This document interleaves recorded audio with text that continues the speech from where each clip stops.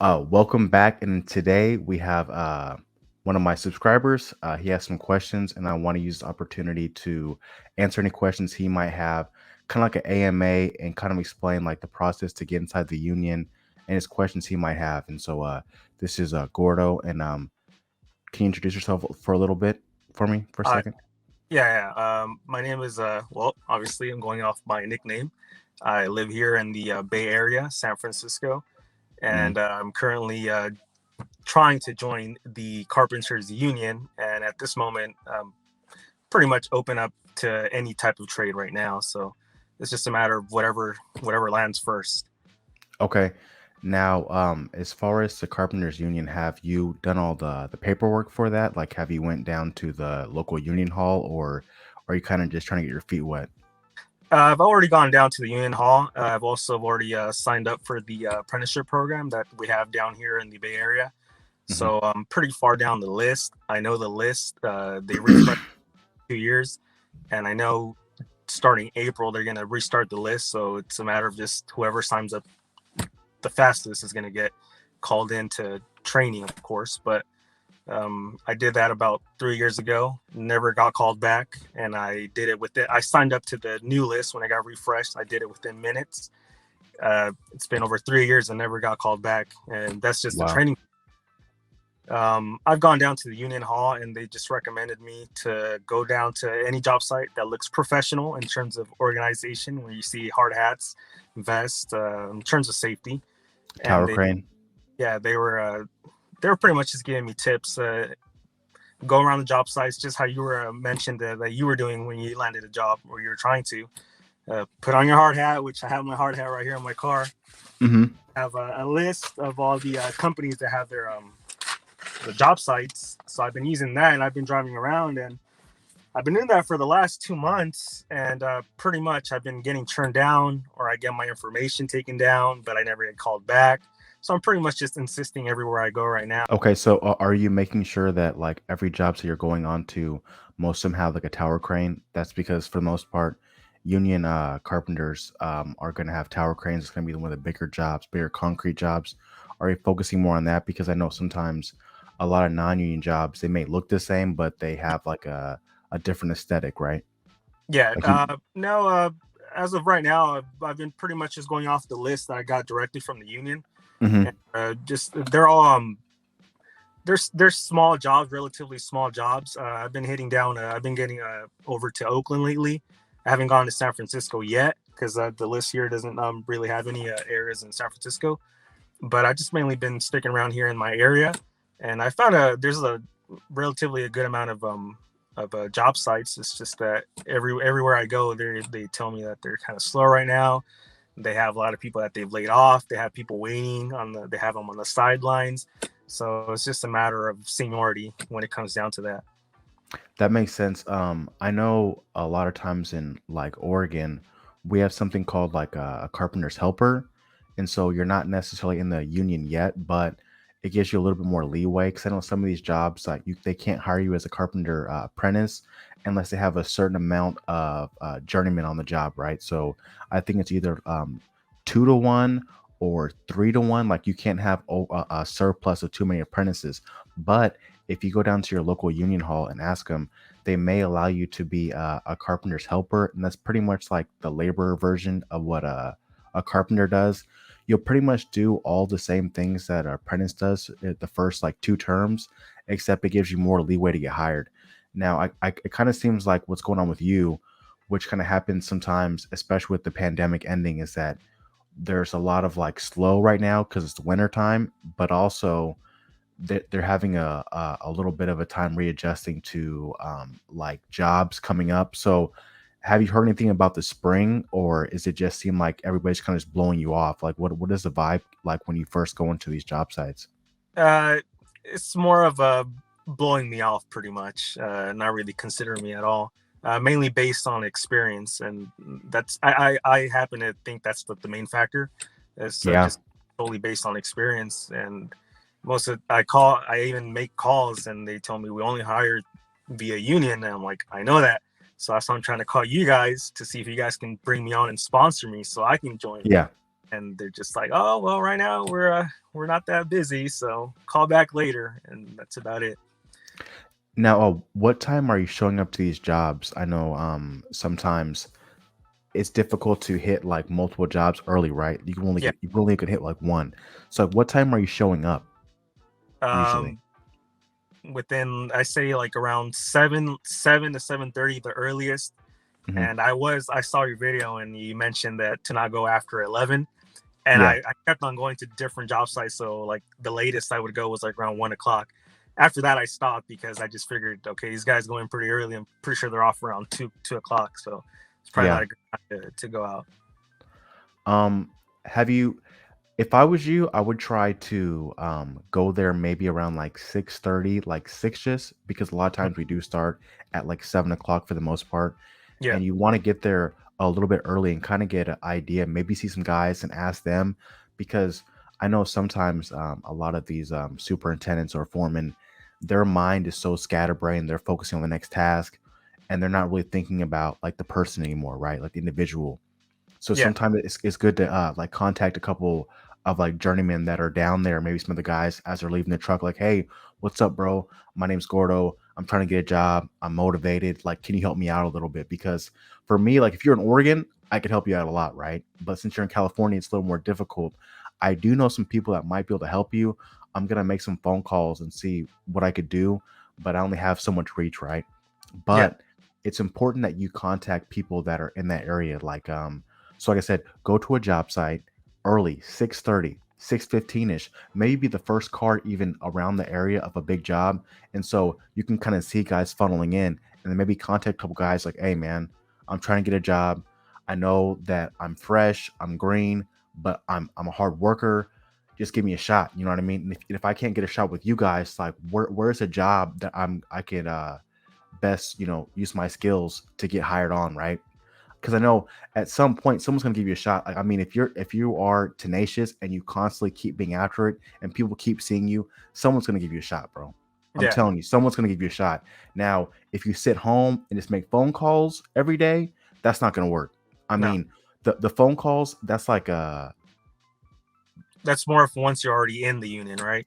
yeah, and really that's just luck because most time people are not going to hire you from a phone call. Like I remember wasting hours and days at a time just like calling people, the numbers change, people are going to brush you off really quickly because they think that you're lazy or they don't see your face. The trades are still one of those jobs where people want to shake your hand, they want to look you in your eye, they want to see how you're dressed, they want to see like if you have your proper upkeep, like are you going to be somebody that's going to be responsible, dependable. So it's kind of something we have to still go in and talk to people. You know what I mean? Yeah, it's a more of an old school mentality. It's funny though because the previous job that I had, I was manufacturing drywall. I was the lead man there, and all of the supervisors were older guys, and they were all with that mentality. And it's funny though because it kind of rubbed on me. And now we had new people coming to our factory, and I would tell them, "This guy's not gonna last. Look at the way he's walking. Look at the way he carries himself. Hmm. He's Hmm. more he has like a slouch to him. Like he just seems like he's not up for like a hard day's work." And Yeah. yeah, I get what you're saying. Like I'm pretty much old school in that type of mentality too, where you're willing to put in a hard day work, I which I'm think not scared of too, doing some hard work. yeah, for sure. And I think if you can convey that like in person, it's gonna be a Yeah. lot better for you. Like you're gonna I know, hey, trust me, when I first started, I was a first term. I had never touched a saw before. I had never touched like really even an impact. I was really nervous and I wouldn't have hired me, you know what I mean?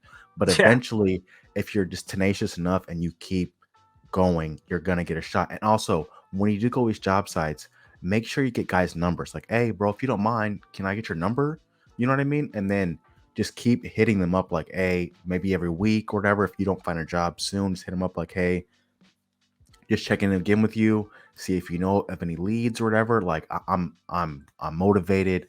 I just want a shot. You know what I mean? Everybody knows that feels like everybody knows like what it feels like to be laid off and kind of be stressed out, and not know where your next job's going to be at. So trust me, people will give you a shot if you're motivated. You know what I mean? Yeah. I actually went to well, the first place that I hit up today.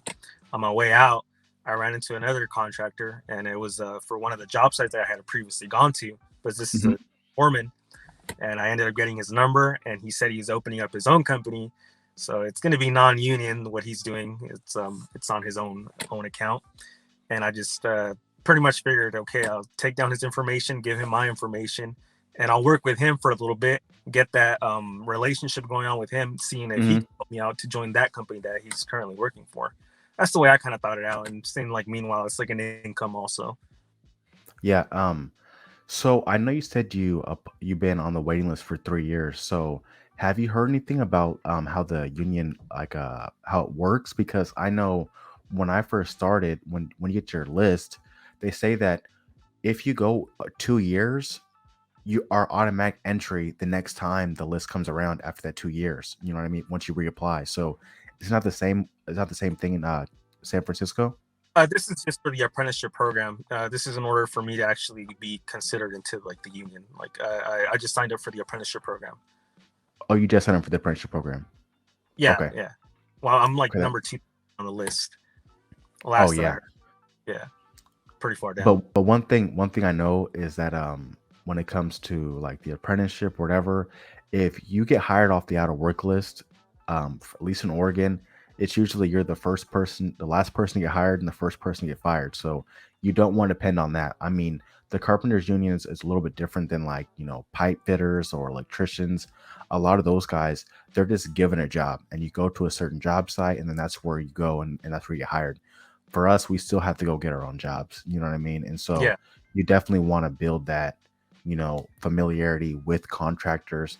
Um, it's just so crazy. It seems like they're just like brushing you off though. And I definitely understand why, but it just seems like if you're constantly going there early, like I said, something's going to break loose for you. yeah. I've gotten a couple numbers, and they've taken down my information. I just haven't gotten called back. But Now, do you have any questions about like what you're going to do when you first get started, or do you have an idea already? I have an idea already. Okay. Yeah, Okay. it's just that it's just pretty much the frustration of that's ongoing with just trying to land a job, pretty much. Yeah, and I mean, who knows? I mean, we're on the internet right now. This might be your big break right here. You know what I mean? Where people see that you're trying to get. I'm gonna do all the tags. San Yeah, Francisco Union. I'll tag it up. You know what I mean? And I'll post some links in here. So you never know. This might be your big break right here. But I definitely think, like I said, if you keep after this, and that's for anybody else who's watching this video, whether it be right now or in the future, this is not going to be easy, right? Because they don't want you to get in the apprenticeship or the union really easily. They want there to be some kind of struggle so that they don't just let anybody out the streets onto a job site, because you have so many people who are like drug addicts, so many people that want to steal stuff, so many people that are not motivated. And if they make it too easy, you're gonna have people, going on job sites stealing stuff, going on job sites not worrying about like the safety. So they or make it just a little incompetent. make it a little bit difficult. Yeah, they want to make sure you're competent before they allow you to get into the union. You know what I mean? So trust me, I understand the frustration. I was there. I understand it, but trust me, at the end of the side of this, it's gonna be lovely. It's gonna be like paradise, right? Yeah, yeah, and it's pretty funny too though, because where I was actually making a pretty decent amount of money, Hmm. and the hours were crazy. I was working 7 days a week, 12 hours, and Jesus Christ. yeah, uh, it wasn't too bad. It was just a matter of getting up there in age, 27 years old. I mean, not that old, right? But But it's yeah, but just hey, yeah, it works in your looking body though. I mean, mainly looking towards your future. At least that's the way I looked at it. And it was just a matter of, do I really want to keep on doing this? There's opportunity for me to grow. I was supposed to like elevate to supervisor, and I just figured, do I really want to take this on, or do I want to do something else that I know could be more beneficial down the on the long run? At yeah, least being independent wise, and that's the way I looked at it. So I was just willing to take that risk, leaving my job. They offered me a substantial amount of money to stay there, and I said no. I'm gonna go out, and I've been struggling ever since. No, I'm kidding. hey, but sometimes you gotta take that leap of faith, right? Yeah, Because the skills you're gonna gain from the apprenticeship or and the union are gonna be so much more beneficial than being stuck at a place like where you were before. You know what I mean? And we have the pension, we have the health care, and you don't have to work yourself to death to get a good wage. Now, I'm pretty sure California's wages are going to be higher than ours, but I know even ours, we're about like $44 here. Seattle's like closer to like 47. So I'm thinking California should be around journeyman level, like around 50 or close to it. So the wages are going to be there. You know what I mean? Yeah, some journeymen are making up to $60 here. Bro, that's Yeah, phenomenal. So just a little question for you. What is the housing like down there? Like, is it as crazy as they say it is? The prices? in terms of rents, well, in Yeah. general, right? Yeah, it's pretty expensive, pretty pricey. Our neighbors, I rent here at my uncle's house. Surprisingly, I don't really pay too much. At least I don't think it's too much. It's Yeah. $1,000 a month for one room, right? Yeah. But Oh, snap. this house is up for sale, and it's I believe it's gonna go up for like $800,000, and can I swear here? Yeah, go ahead. It's a shitty little house. It's a 3 bedroom, 2 bath. The layout is not that good. Yeah. Uh, it's gonna go towards close to $1 million. At least the person that just purchased the house, they're doing some basic remodeling, some new drywall, a paint job, adding a room, and I think they got the house like around 600,000, and they're gonna try to flip it for $1 million. And I'm pretty sure it's gonna go for $1 million. That's absolutely nuts. And that's one thing that you don't hearing about a lot is building houses. Like where are all these houses getting built at? Like why aren't they not building more houses? I don't get it. You know what I mean? For things to be that expensive and for rent to be out of control, it's because we're not building houses. I think we have to get back to building houses en masse. You know what I mean?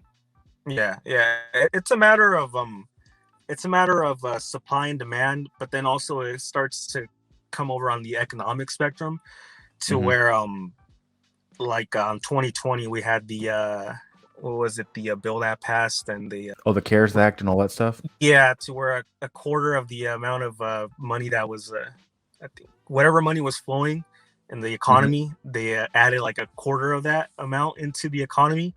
So pretty much the country is going into debt, and they're financing everything based on whatever we're like, for instance, housing. Where the way that the Federal Reserve, they loan their money out to the banks, Hmm. we're pretty much paying off the government's debt based on finance on housing. um I guess like your basic necessities, we're pretty much just paying off everything. Yeah. So that's the reason why like this is kind of getting out of hand too. But in whatever aspect you look at it, even if things were a little bit cheaper, your purchasing power wouldn't be as good, Yeah. even if it were cheaper, because your money would be worth a little bit less. Yeah. So I guess the only way to look at it is to just try to make more money. And that's why, like, honestly, even though I am a journeyman, like, I've started like a YouTube channel of a side business, and I'm trying to like increase my app revenue streams that are kind of like evergreen, where like once you make the content, right, like it's gonna be there forever. So it might make money, it might not, but it's worth the shot. You know what I mean? I'm gonna keep trying to, invest in the stock market, do whatever I can, because these days it doesn't matter that if you and your spouse both work, like you're not going to be living lavish unless you're both like doctors, and even if you are doctors, you're still gonna be working like 70 hours a week. So it's still never going to be sweet. You know what I mean? Yeah, yeah. Well, hey, if you have any more questions for me, Uh, no, no, no. That's pretty much it. well, I thank you and I appreciate you. And if any of you guys have any more questions, please write them in the comment section. Please like and subscribe, and I appreciate you guys. Thank you.